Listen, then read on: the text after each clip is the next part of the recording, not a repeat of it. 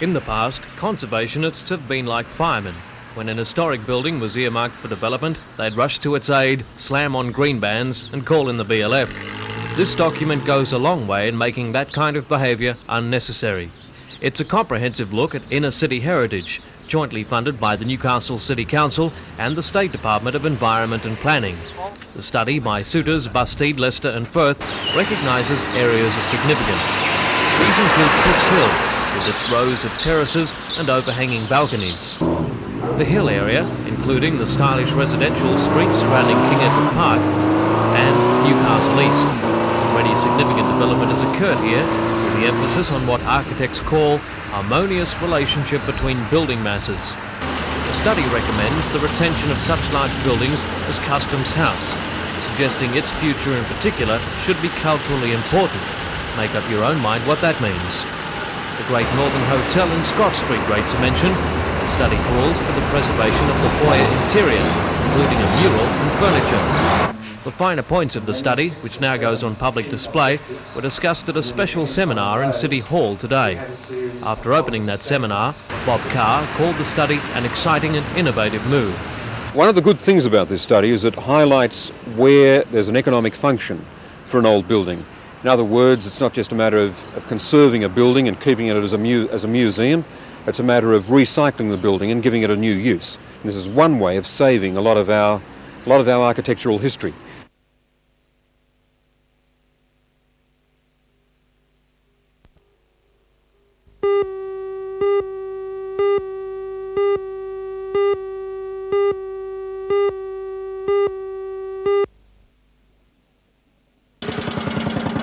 The open day was held at the Wollombi Sail Yards, where the tankers lined up for the series of tests and events. The emphasis was on correct and safe procedures and use of equipment. Organisers consider the build-up to the field days invaluable, as the heavy training serves to hone each brigade member's skills. The events included four-man tanker and crew proficiency tests, a pump and hose event, a trail raking and knapsack relay, radio procedures and a first aid test. Only local brigades could compete, and the most successful was Mulbring Tanker, followed by Rothbury and Pecolbin.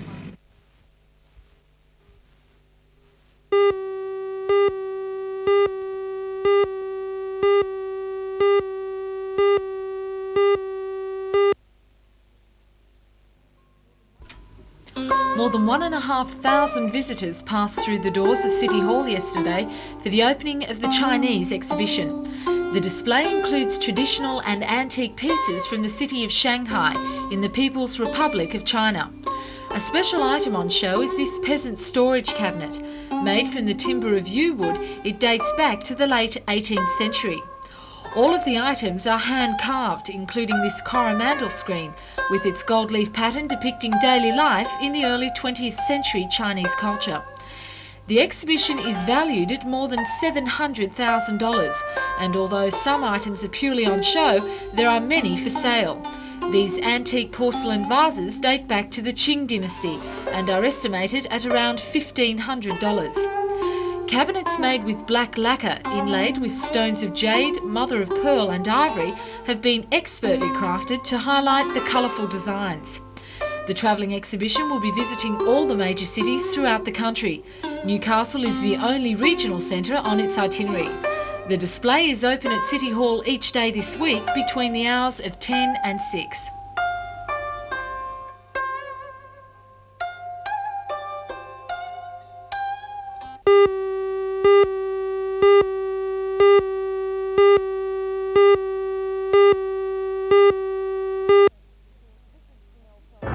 This is Janelle Provost reporting. At this stage there are no AIDS sufferers in our schools, but the experts say it's just a matter of time. That's why the Eve Van Grafhorst case on the Central Coast was handled so carefully and watched so closely, because the little girl is seen as a test case for future AIDS sufferers. We'll have a special report on AIDS in schools tonight on NBN News at 6.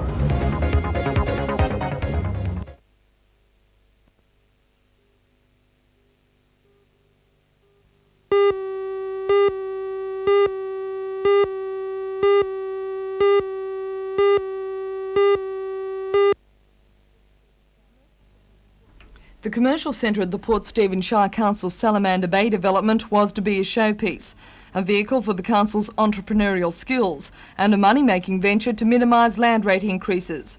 But somewhere along the line, this well-laid plan went horribly wrong. Allegations of dubious business practices were made, and the Minister for Local Government, Kevin Stewart, sent in his inspectors and advised the council not to commit itself any further. Having the brakes put on at such a crucial stage is costing the council and thus the ratepayers some $10,000 a week in interest payments. So the council then turned to the government for loan funds, but the minister refused and suggested the council look for an alternative. With the council facing a serious cash flow problem, it decided it should sell the commercial site, and quickly. After 2 attempts at resolving the situation, council last night made its decision, but not before some hot debate. Salamander Projects, which is project manager for the development, offered $1.75 million with an option to buy adjacent land. It was one of 4 offers made, but according to an independent assessment, it was the most attractive for the council's needs. Still, this didn't satisfy Councillor Collins, who moved that the land should be advertised nationally to gain the highest price and to give the potential buyers a chance to bid.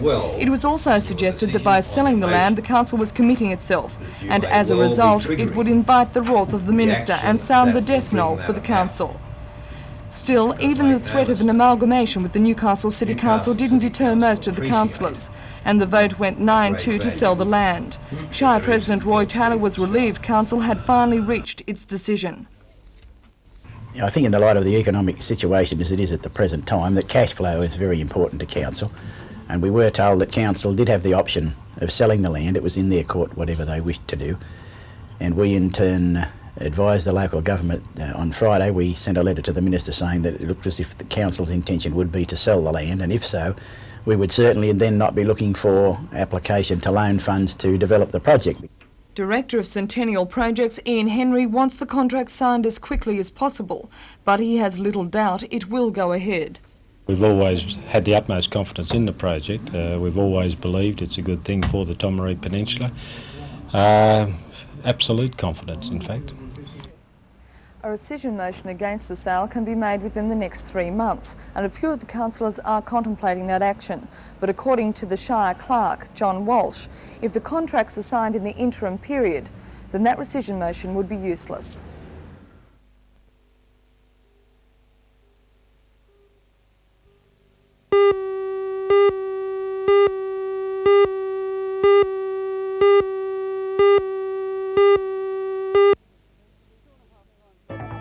It's 2.5 times bigger than the Hercules, and its name's the Starlifter. It arrived at the Williamtown RAF base today around noon. Be watching the NBN News tonight at 6 to find out more about this big bird and why it's here.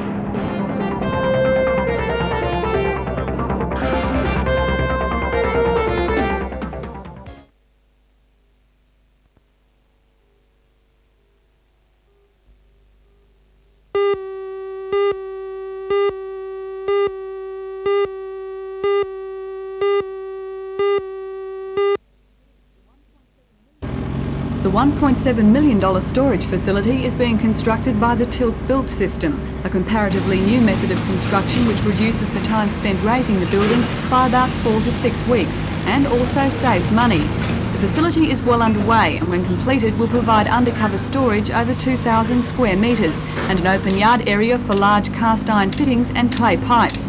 The Hunter District Water Board says the centralised store, by replacing 2 other facilities, will eliminate duplication of effort and produce a more efficient storage system.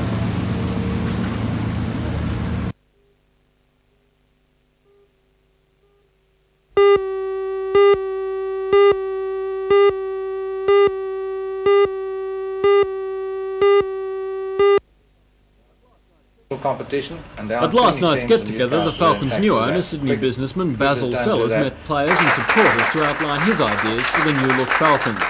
Mr Sellers bought 66% ownership of the Falcons last month, and last night he left the task of explaining the Falcons' plan of action to the president of the committee, Cole Stevenson.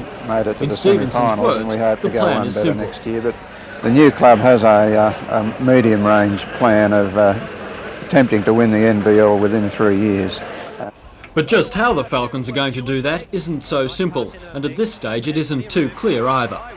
Well, it's very difficult to just get a team together. We will have the nucleus of last year's team involved again next year, keeping in mind that 3 or 4 players have left the club, and we will be recruiting amongst some Australian players, some naturalised Americans living in Australia, and some overseas players.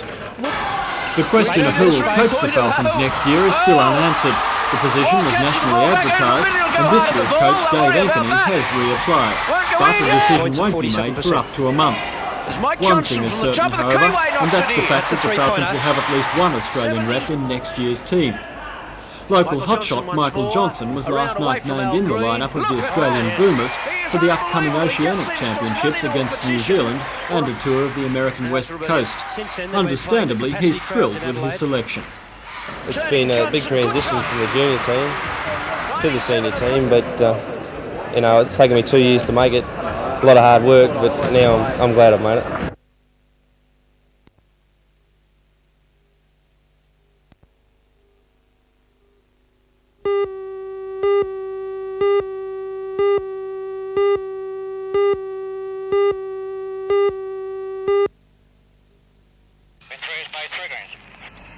Ten F-15 Eagle fighters, accompanied by 2 KC-10 in-flight refuelling freighters, arrived at Williamtown late this afternoon for Exercise Coral C-85. They belong to the US Air Force's 18th Tactical Fighter Wing, based at Okinawa in Japan. Coral C-85 is a joint Australian-US exercise involving 5,500 members of the 2 countries' navies, armies and air forces. The exercise will be carried out in 2 stages. In the middle of next week, Orangeland will attack. Williamtown, the blue side, will have its new FA-18s, its Mirages and the US F-15s, and Rapier and Red-Eye missiles operated by the American and Australian armies. The RAF says that over the 4 days of the exercise, aircraft noise will be a common occurrence in Newcastle and its environs. The second stage of Coral C-85 will be a maritime conflict fought from Jervis Bay to Brisbane and as far out as Lord Howe Island. This conflict will follow the air war.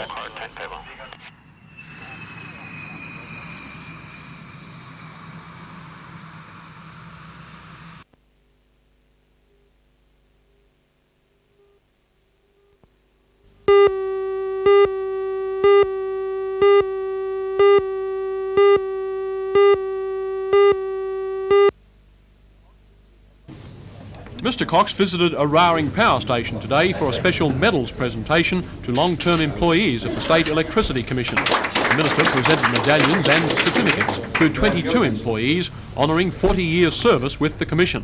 The employees are from Elcom facilities on the Central Coast, Newcastle and the Hunter.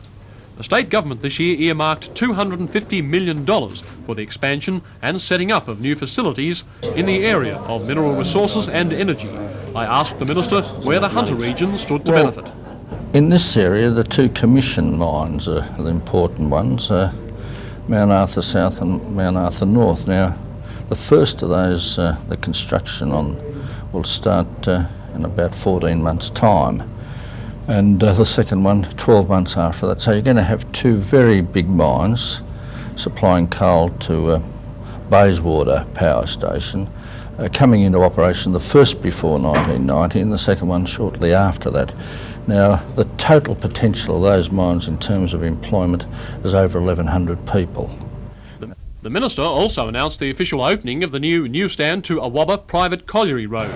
The $7.5 million road is a joint venture by the Commission and Elcom Collieries. It's designed to cater for more than 300 return truck journeys a day over 13 kilometres, journeys which up to now have been made on public roads. This Sunday is open day at Araring and the public is invited to inspect the station. The open day is part of Professional Engineers Week activities, which begin tomorrow.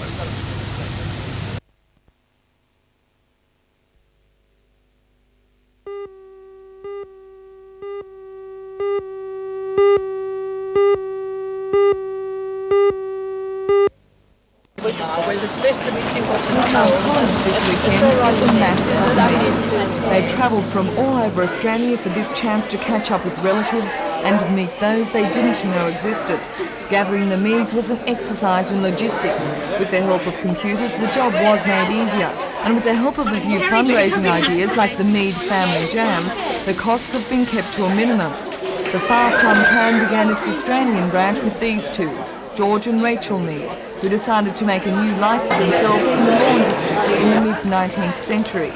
They had 12 children in all, 9 of whom carried on the line, and the 650 who have made it along to this weekend are their direct descendants. In order to provide his family with more information on their forebearers, Ian Bowery has researched and written this book, The Ploughman. Started off in pretty rough conditions and pretty primitive conditions, living in a bark hut, and they worked their way up till they could own a farm, and they had a large family, and a number of their children had large families, and many of them have stayed on the farms in Mid-Lawn and Bulwarra at the moment, but many of the other members of the family have moved far away from here into other types of work. The Mead family reunion continues over the weekend.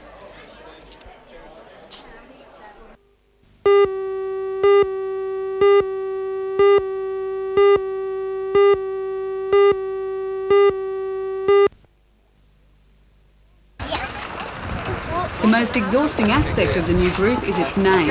Organisers have affectionately dubbed it the Newcastle CAE High Blood Pressure Walking Club. But there the hard yakka ends.